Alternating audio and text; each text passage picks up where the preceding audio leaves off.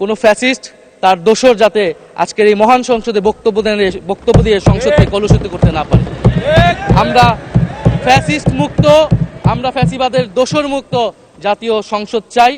ছাত্র জনতাকে সাথে নিয়ে ফ্যাসিস্ট মুক্ত করেছিলাম এই মহান জাতীয় সংসদকে।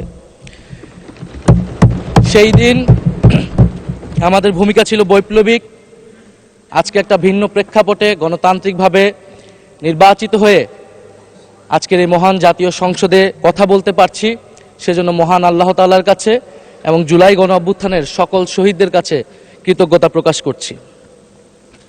মাননীয় স্পিকার, হাজারো শহীদের রক্ত মালানো আর অসংখ্য আহত পঙ্গু দেশপ্রেমিকের সর্বস্ব ত্যাগ করা মহান গণ অভ্যুত্থানের ফসল এই সংসদের অভিভাবক হিসেবে নির্বাচিত হয়ে আপনাকে অভিনন্দন জানাচ্ছি। মাননীয় সংসদ নেতা, মাননীয় বিরোধী দলীয় নেতা এবং মাননীয় বিরোধী দলীয় উপনেতা এবং সকল মাননীয় সংসদ সদস্যদেরও অভিনন্দন জানাই। আমি শ্রদ্ধার সাথে স্মরণ করছি আমার সেই ভাই বোনদের যারা নিজের বুক বুলেটের সামনে উন্মুক্ত করে দিয়ে আমাদের আবারও স্বাধীন করে নিজেরা স্মৃতি হয়ে গিয়েছেন। আমরা তাদের শাহাদাত কবুলের জন্য মহান আল্লাহর কাছে দোয়া করছি। একই সাথে আহত ও পঙ্গু জুলাই যোদ্ধা ভাই বোনদের প্রতি আমার সবটুকু আবেগ, শ্রদ্ধা আর ভালোবাসা দিয়ে কৃতজ্ঞতা জানাচ্ছি। তাদের সুস্থতা কামনা করছি। তাদের অমূল্য জীবন, রক্ত আর অপরিসীম ত্যাগের ফলে আমরা আজ সংসদ সদস্য। 24-এর গণ অভ্যুত্থানের বৈষম্য বিরোধী ছাত্র আন্দোলনের নেতৃত্বে অংশ নিয়েছিল ছাত্র, শ্রমিক, কৃষক, শিক্ষক, অভিভাবক, সাংস্কৃতিক কর্মী, আলেম সমাজ, তরুণ সেনা অফিসার ও সৈনিকগণ ও প্রবাসী বাংলাদেশি ভাই ও বোনেরা। অভ্যুত্থানে গুরুত্বপূর্ণ ভূমিকা রেখেছে আমাদের নারী সমাজ, সামনে থেকে নেতৃত্ব দিয়েছে ও নির্যাতিত হয়েছে। আন্দোলনে প্রাইভেট বিশ্ববিদ্যালয়, মাদ্রাসা ও স্কুল কলেজের ছাত্রছাত্রীদের ভূমিকা ছিল তাৎপর্যপূর্ণ। গণ অভ্যুত্থানে ভ্যানগার্ডের ভূমিকা ছিল ফ্যাসিবাদ বিরোধী রাজনৈতিক দলের নেতাকর্মীরা। স্মরণ করছি ছাত্রদল, ছাত্র শিবির, ছাত্র শক্তি, ছাত্র অধিকার পরিষদ এবং বিভিন্ন ইসলামপন্থী ও বামপন্থী ছাত্রকর্মীদের যারা সাহসিকতার সাথে লড়াই করেছিল বৈষম্য বিরোধী ছাত্র আন্দোলনে। মাননীয় স্পিকার, 24 মানে কেবল 24 না, এর পিছনে রয়েছে বিশাল প্রেক্ষাপট। আমি স্মরণ করছি 47-এর আজাদির লড়াই, 71-এর মহান মুক্তিযুদ্ধ এবং 24-এর ছাত্র জনতার গণ অভ্যুত্থান এবং সকল জাতীয় শহীদকে। এ সকল ঐতিহাসিক জাতীয় সংগ্রামের ধারাবাহিকতায় আজকের বাংলাদেশ গৌরব নিয়ে দাঁড়িয়ে আছে। স্মরণ করছি পিলখানা হত্যাকাণ্ডের শহীদ, শাপলা হত্যাকাণ্ডের শহীদ, মোদী বিরোধী হত্যাকাণ্ডের শহীদ, ফ্যাসিস্ট আমলে গুম হওয়া ব্যক্তিদের স্মরণ করছি। 18 সালের কোটা সংস্কার আন্দোলন ও নিরাপদ সড়ক আন্দোলনে ছাত্র কিশোরদের অকুতোভয় সাহসকে স্মরণ করছি। স্মরণ করছি আমাদের ভাই শরীফ ওসমান হাদী, যিনি তার সাহসিকতার মাধ্যমে বাংলাদেশকে একটি ইনসাফ ভিত্তিক বাংলাদেশ হিসেবে গড়ে তুলতে চেয়েছিলেন। তিনি আর আমাদের সাথে নাই। আমরা ওসমান হাদী ভাইকে স্মরণ করছি। শহীদ আবরার ফাহাদ ও শহীদ ফেলানী খাতুনকে স্মরণ করছি, যারা ভারতীয় আধিপত্যবাদের বিরুদ্ধে লড়াই করে বাংলাদেশকে আজকের এই জায়গায় নিয়ে এসেছে। 24-এর ছাত্র জনতার গণ অভ্যুত্থানে মাঠের নেতৃত্বের একেবারে সামনে থাকার কারণে আজকের দিনটি আমার জন্য একই সাথে আবেগের, কষ্টের ও আনন্দের।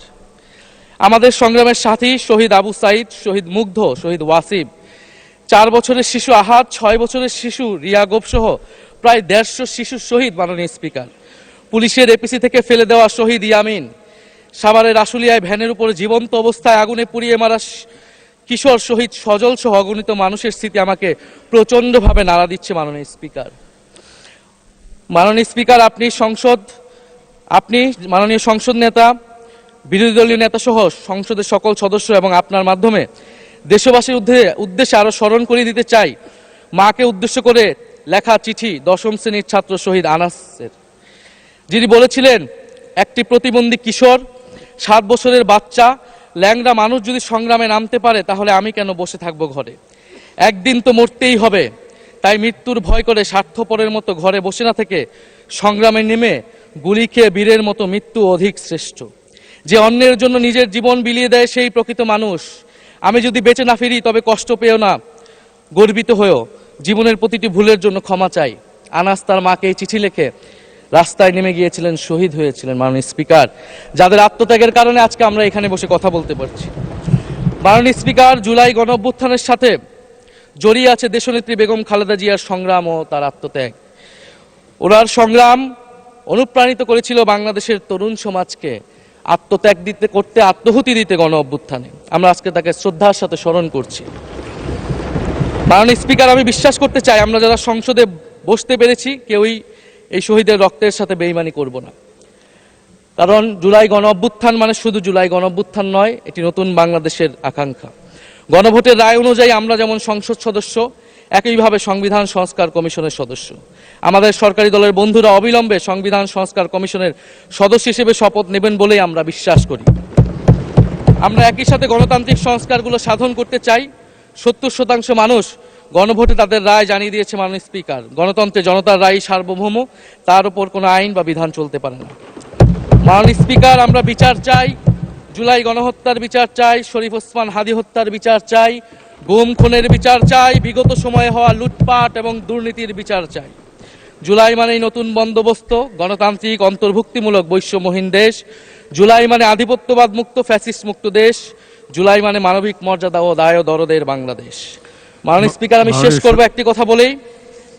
আজকে সবাই এক বাক্যে স্বীকার করে নিয়েছেন যে জুলাই গণ অভ্যুত্থানের শহীদদের কারণে আমরা এই মহান সংসদে বসতে পেরেছি এবং এই মহান সংসদে আমরা সকলেই ফ্যাসিবাদ মুক্ত, ফ্যাসিবাদ বিরোধী লড়াইয়ের সৈনিকেরা এখানে আসিছি। আপনার প্রতি নিবেদন থাকবে কোনো ফ্যাসিস্ট তার দোসর যাতে আজকের এই মহান সংসদে বক্তব্য দিয়ে সংসদকে কলুষিত করতে না পারে। আমরা ফ্যাসিস্ট মুক্ত, আমরা ফ্যাসিবাদের দোসর মুক্ত জাতীয় সংসদ চাই। মাননীয় স্পিকার, আপনাকে ধন্যবাদ। ইনকিলাব জিন্দাবাদ। ধন্যবাদ।